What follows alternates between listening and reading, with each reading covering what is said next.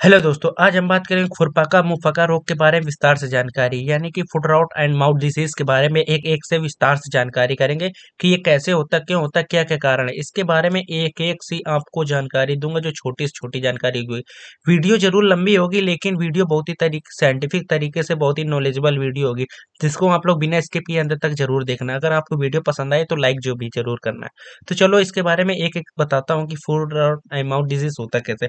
जैसे कि परिचय में देखोगे तो यह दो खुर वाले पशुओं में होता है। दो खुर वाले पशुओं का मतलब कि जिन एनिमल में दो खुर पाए जाते हैं, जैसे गाय, भैंस, भेड़, बकरी में। जैसे कि यहाँ पर खुर देख रहे हैं, दो खुर का मतलब यहाँ पर देखिए ये एक खुर हुआ। यहाँ से देखोगे तो बीच से डिवाइड हो रहा है। तो यहाँ पर जो बीच से डिवाइड हो रहा है, इसे दो खुरी पशु कहते हैं, यानी कि जिनमें दो खुर पाया जाता है। यह जो होता है अतिशीघ्र फैलने वाला संक्रामक रोग है, यानी कि बहुत ही तेज फैलने वाला रोग है। इस रोग के जो होते हैं, एक साथ बहुत ही पशु बीमार होते हैं, यानी कि जैसे ही इस पशु का वायरस होता है तो एक साथ कई पशु आपको बीमार मिलेंगे। तो यहाँ पर देखोगे तो परंतु इस रोग से जो मरने वाले पशु होते हैं उनकी संख्या बहुत कम होती है, यानी कि इस रोग से एनिमल मरता बहुत कम है। यानी कि बस सिर्फ और सिर्फ संक्रमण इससे बहुत ज्यादा होता है। और ज्यादातर देखोगे तो संक्रमण होने के कारण सबसे ज्यादा विदेशी नस्ल की काऊ है। जितनी भी देसी नस्ल की काऊ होती है उनमें सबसे ज्यादा संक्रमण होता है। जैसे कि यहाँ पर आपको स्क्रीन पर दिख रही है, ये भी एचएफ गाय है। एचएफ मतलब होल्स्टीन फ्रीजियंस गाय है, जो विदेशी नस्ल की है। विदेशी नस्ल में देखोगे तो एचएफ और उसके साथ में जर्सी गाय, ये दो गाय हैं जो ये भारत में बहुत ज्यादा यूज की जाती है, और इनमें बहुत ज्यादा खुरपका मुंहपका रोग फैलता है। उसके साथ में देखोगे तो इस रोग से जो होती है ठीक होने की संभावना है जो बहुत ज्यादा होती है, लेकिन ठीक होने के बाद में पशुओं में देखोगे तो कार्य क्षमता में बहुत ज्यादा कमी आ जाती है, तथा दुग्ध उत्पादन देखोगे तो उसमें भी बहुत ज्यादा कमी आ जाती है। और विदेशी नस्ल की पशुएं जो होती हैं, रोग ठीक होने के बाद हाँफने की क्रिया जो होती है वो बनी रहती है, यानी कि हीट टोलरेट नहीं कर पाती है, गर्मियों को झेल नहीं पाती है। तथा कुछ पशु जो होते हैं उनके बाल जो होते हैं हीट वह जो मतलब कि खुरपका मुंहपका होने के बाद में उनका बाल जो होते हैं एकदम ग्रोथ करते रहते हैं उसके, और हीट टॉलरेट करने की क्षमता चली जाती है। सिर्फ और सिर्फ उनके बाल बहुत ज्यादा बढ़ते हैं, जिससे हम पता कर सकते हैं कि इस एनिमल को ये खुरपका मुंहपका रोग हो सकता है। और उसके साथ में कारण देखोगे तो एनिमल में खुरपका मुंहपका रोग होने का कारण क्या है, किस कारण से खुरपका मुंहपका रोग फैलता है। तो रोग जो होता है फैलने के कारण देखोगे तो वो एक विषाणु के द्वारा होता है, जो 7 सीरोटाइप्स का होता है, जिसमें से 3 प्रकार होते हैं। सबसे पहले S81, S82, S83, ये जो 3 प्रकार के होते हैं ये होते हैं, जिनमें से बैक्टीरिया का आकार देखोगे विषाणु का वो कुछ इस प्रकार का स्पोर जो होता है। ये स्पोर जाके खुर और माउथ को ही सिर्फ इन्फेक्टेड करता है, बहुत ज्यादा तरीके से इन्फेक्टेड करता है, जिससे देखोगे तो एनिमल चल नहीं पाता, बहुत सारे उसमें दिक्कतें देखने को मिलती है। और उसके साथ में देखोगे तो इसमें जो होते हैं बहुत ही भयानक लक्षण प्रकट करते हैं, और जितना भी लक्षण देखोगे तो वो बहुत ही ज्यादा खतरनाक तरीकों से आप लोगों को देखने को मिलेगा। और इसमें देखोगे तो और भी आगे चर्चा करें तो यहाँ पर देखोगे तो एक प्रकार के जितने वायरस होते हैं, यानी कि एक प्रकार के वायरस से बीमार होने वाले कुछ दिन के बाद दूसरे, फिर तीसरे, फिर चौथे प्रकार में देखोगे तो वायरस फैलता रहता है। यानी कि इस बीमार को होने का तरीका देखोगे 3 प्रकार मैंने बताया, मतलब कि पहले चरण, फिर उसके बाद दूसरे चरण, तीसरे चरण में बीमार होते रहते हैं। जो छूत लगने का ढंग देखोगे तो रोग विषाणु जो होता है पशु के एनिमल के जो डाइजेशन से होता है, यानी कि पशु को गोबर, एनिमल का यूरिन यानी कि पेशाब, और एनिमल का सलाइवा यानी कि लार के द्वारा एनिमल के जो खुरों तक वो पहुंचते हैं, और जख्म जो होते हैं वहां पर करते हैं। और उसके साथ में देखोगे तो इन पदार्थ से जो जितने भी होते हैं दूसरी चारा दाना पानी पीने से, यानी कोई भी एनिमल जो इन्फेक्टेड है, और वो इन्फेक्टेड एनिमल कोई भी चारा दाना पानी पी रहा है और उससे इन्फेक्टेड है पानी को कोई दूसरा स्वस्थ एनिमल पी ले, तो उस एनिमल को भी रोग हो सकता है। उसके साथ में देखोगे तो सांस के द्वारा भी ये बीमारी फैल सकती है, यानी कि सांस जब कोई भी एनिमल रहता है तो वो सांस लेने पर वो हवा तेज चलती है, तो वो हवा एक दूसरी जगह बैक्टीरिया ले जाता है, जिससे स्वस्थ पशु को हो सकता है।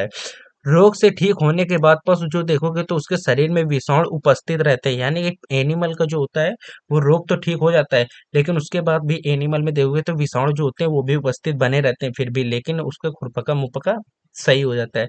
ऐसे पशुओं को देखोगे तो नए जो स्वस्थ पशु होते हैं उनसे हमेशा अलग रखना चाहिए। और फर्श तथा जो परिचालक जो होते हैं उनके कपड़ों को देखोगे तो छूते लग जाता है, यानी कि वो एनिमल को छूता रहता है, और तो इसलिए उनके कपड़े को हमेशा चेंज कराना चाहिए बाड़ा में जाते समय। और चिड़िया जो होते हैं इस रोग को एक स्थान से दूसरे स्थान, और मक्खियाँ जो होती हैं एक स्थान से दूसरे स्थान पहुँचाने में बहुत ज़्यादा सहायक होती हैं। क्योंकि जितने भी मक्खियाँ देखोगे तो वो एक एनिमल में बैठती हैं, उसके बाद उससे उड़ करके दूसरे एनिमल में बैठती हैं। जो ये भी कारण हो सकता है एनिमल में बहुत ज़्यादा खुरपका मुंहपका फैलने के। यहाँ पर छूत लगने के प्रकार में देखोगे तो वो छूत लगने में जैसे एनिमल को, मतलब कि कोई भी इन्फेक्टेड है, मतलब कि एनिमल से दूसरे एनिमल में जाएगा, तो ये आपको कुछ ही दिनों में आपको जानने को मिलेगा, एनिमल लंगड़ाएगा और बैठ जाएगा, हाइपर सलाइवेशन करेगा, कई लक्षण पाए जाते हैं।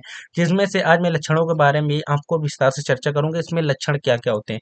लक्षण में सबसे पहले देखोगे तो पशु का देखोगे तो एनिमल का जो टेम्परेचर होता है वो लगभग 105 से 106 फ़ारेनहाइट तक का एनिमल का टेम्परेचर रहता है। और उसका बुखार देखो तो बहुत ही ज़्यादा भयानक तरीके से बुखार आता है, जिससे एनिमल को डिहाइड्रेशन हो जाता है। एनिमल जो होता है वो डिहाइड्रेशन एवं फीवर होने के कारण पशु जो होता है चारा खाना और तथा जुगाली करना बंद कर देता है। और पशु जो देखोगे तो वो एकदम सुस्त रहता है तथा दुग्ध उत्पादन में बहुत ज़्यादा कमी हो जाती है। यानी कि एनिमल में जैसे कि बुखार होगा तो एनिमल स्ट्रेस पर चला जाएगा और ना कुछ खाएगा ना पिएगा, तो एनिमल के देखो दुग्ध उत्पादन में बहुत ज़्यादा कमी आ जाती है।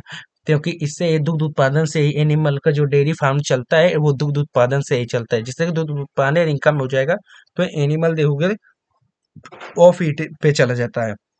उसके बाद में देखोगे तो मुंह के अंदर देखोगे तो मतलब कि गले पर देखोगे तो वहां पर और जीभ पर और हाँ और जो होते हैं होंठ तालू तथा मसूड़ों पर आपको छाले पड़े दिखाई देंगे। यानी कि एनिमल में जो जितने भी तालू होते हैं और या फिर मतलब कि तालू जीभ मुंह में देखोगे तो कहीं पर भी आपको मसूड़े के पास में इरोजन देखने को मिलेंगे। जो इरोजन मतलब कि वहां पर छाले मिलेंगे जो कि बाद में फूट करके एक जख्म में बदल जाते हैं। अगर वो जख्म में बदल जाता है तो आपको बहुत ही ज़्यादा भयानक तरीके से वो देखने को मिलेंगे। क्योंकि एनिमल में जैसे ही ये संक्रमण होता है तो एनिमल इसको बहुत ही ज़्यादा भयानक तरीके से फैलाव करता है। जिसके लिए यहाँ पर आप एक देखेंगे तो मुंह से धागे की तरह एक झाड़दार लार बहती है, जिससे हम लोग इसका पहचान कर सकते हैं कि एनिमल में खुरपका मुंहपका रोग है। क्योंकि एनिमल अगर बहुत ज्यादा हाइपर सलाइवेशन करता है, एनिमल बहुत ज्यादा मुंह से चपचपा मतलब कि सलाइवा निकालता है, लार निकालता है, जो मुंह से उसके जमीन तक छूता है, जिससे हम पता कर सकते हैं एनिमल को खुरपका मुंहपका रोग है। और खुर के बीच देखोगे तो वो भी छाले पाए जाते हैं, जैसे कि यहाँ पर हम लोग देख रहे हैं। तो एनिमल के यहाँ पर देखोगे तो इसमें देखोगे तो माउथ पर यहाँ देखोगे तो एनिमल के खुरपका मुंहपका है, क्योंकि यहाँ पर देखोगे जीभ पर देखोगे तो लाइलिमा छाई हुई है और हाइपर सलाइवेशन कर रहा है। उसके साथ में यहाँ पर खुर देखोगे तो खुरों के पास में भी इन्फेक्शन है, एनिमल का खुर सूजा हुआ है और एनिमल का खुर जो देखोगे वो सड़ रहा है, जिससे कि उसको चलने फिरने में बहुत ज्यादा दिक्कतें मिलती हैं, जो कि फूटने के बाद में दर्द युक्त घाव में बदल जाता है। यानी कि वो जैसे ही फूटता है तो बहुत बड़े इरोजन के रूप में फैल जाता है, पशु में चलने में लंगड़ाता है और जीवाणुओं का संक्रमण अथवा मैगट्स घाव में हो जाते हैं। यानी कि जैसे ही यहाँ पर खुरपका मुंहपका रोग होगा और वहाँ पर हुंड खुल जाएगा तो वहाँ पर कोई भी मक्खियाँ बैठेंगी और वहाँ पर इन्फेक्शन करेगी, तो वहाँ पर अपने अंडे रखेंगे, अंडे रखेगी तो वहाँ पर देखोगे तो वर्म पाए जाते हैं, और वर्म मतलब कि वहाँ पर कीड़े पड़ जाते हैं, जिससे घाव भरने में और भी ज़्यादा समय लगता है। क्योंकि वो जो मैगट्स पाए जाते हैं वो अपना और घाव करने लगते हैं, जिससे कि घाव बहुत लेट भरता है। दुधार पशुओं में देखोगे तो थनों में फफोले पड़ जाते हैं और जिससे कि थनैला रोग हो जाता है। यानी कि एनिमल के जो थनों होते हैं उनमें से आपको देखो तो फफोले दिखाई देंगे, जिससे एनिमल दूध भी बहुत ज्यादा कम देता है और थनैला होने की संभावनाएं बहुत ज्यादा हो जाती हैं। और गर्भित पशुओं में देखोगे तो ज्यादातर देखोगे गर्भवत पशु जो होते हैं उनमें गर्भपात होने का बहुत ज्यादा संभावना रहता है। यानी कि एनिमल में एबॉर्शन होने की बहुत ज्यादा संभावनाएं रहते हैं, एनिमल एबॉर्शन कभी भी कर सकता है। पशु के खाने में असमर्थता होने से दुर्बलता हो जाती है। यानी कोई भी एनिमल जैसे हम इंसान है, कोई भी अगर खाएगा नहीं तो वो तो कमजोर पड़ ही जाएगा। इस बीमारी से देखोगे तो कम पशु मरते बहुत कम है, लेकिन इसमें देखोगे तो एबॉर्शन हो जाता है और उसके साथ में प्रोडक्शन जो होता है वो बहुत कम हो जाता है। यानी कि मिल्क जो होता है वो बहुत कम हो जाता है, एनिमल वो कम मिल्क देने लगते हैं। बीमारी ठीक होने के बाद में पशुओं में कुछ समस्याएं उत्पन्न हो जाती हैं, जैसे कि सांस लेने में कष्ट होना, खून की कमी होना और शरीर पर बाल जो होते हैं उनको ज़्यादातर ग्रोथ करना या फिर बढ़ना और हाँफना। एनिमल को जैसे ये देखोगे तो गर्मियों के मौसम में हाँफने की शिकायत हो जाती है, क्योंकि हाँफने की शिकायत इसलिए होती है उसकी जो B1 डिफिशियंसी हो जाती है, और एनिमल जो होता है हीट को टोलरेट नहीं कर पाता है, हीट को अपने अनुसार शरीर से बदल नहीं पाता है, जिससे कि एनिमल में देखोगे तो हाँफने की विक्रिया पाई जाती है। और उसके बाद में यहाँ पर अब बात करेंगे कि ट्रीटमेंट के बारे में, कि यहाँ पर ट्रीटमेंट अप्रोच क्या लेना चाहिए, क्या क्या ट्रीटमेंट हम कर सकते हैं। तो ट्रीटमेंट में यहाँ देखेंगे कि क्या क्या तरीके हैं हमारे पास ट्रीटमेंट करने के। ट्रीटमेंट चिकित्सा यानी क्या करेंगे इसमें ट्रीटमेंट।